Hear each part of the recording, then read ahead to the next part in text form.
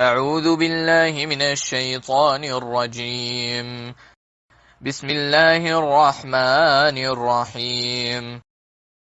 يسبح لله ما في السماوات وما في الأرض، له الملك وله الحمد وهو على كل شيء قدير.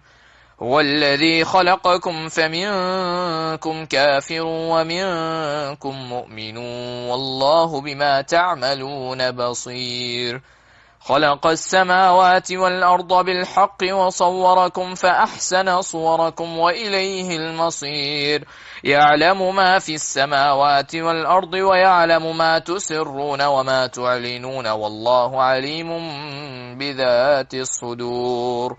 ألم يأتكم نبأ الذين كفروا من قبل فذاقوا وبال أمرهم ولهم عذاب أليم. ذلك بأنه كانت تأتيهم رسلهم بالبينات فقالوا أبشر يهدوننا فكفروا وتولوا واستغنى الله، والله غني حميد.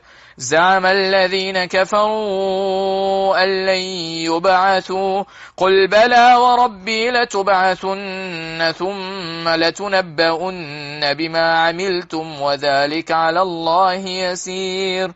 فآمنوا بالله ورسوله والنور الذي أنزلنا، والله بما تعملون خبير.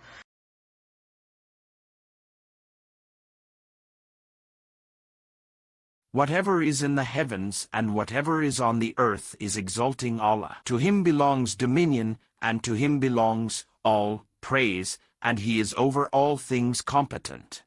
It is he who created you, and among you is the disbeliever, and among you is the believer.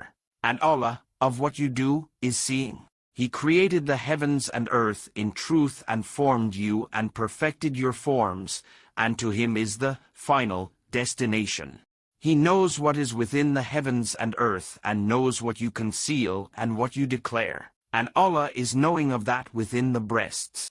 Has there not come to you the news of those who disbelieved before? So they tasted the bad consequence of their affair, and they will have a painful punishment. That is because their messengers used to come to them with clear evidences, but they said, "Shall human beings guide us?" and disbelieved and turned away. And Allah dispensed with them, and Allah is free of need and praiseworthy. Those who disbelieve have claimed that they will never be resurrected. Say, "Yes, by my Lord, you will surely be resurrected, then you will surely be informed of what you did, and that, for Allah, is easy." So believe in Allah and His Messenger and the Quran which we have sent down, and Allah is acquainted with what you do.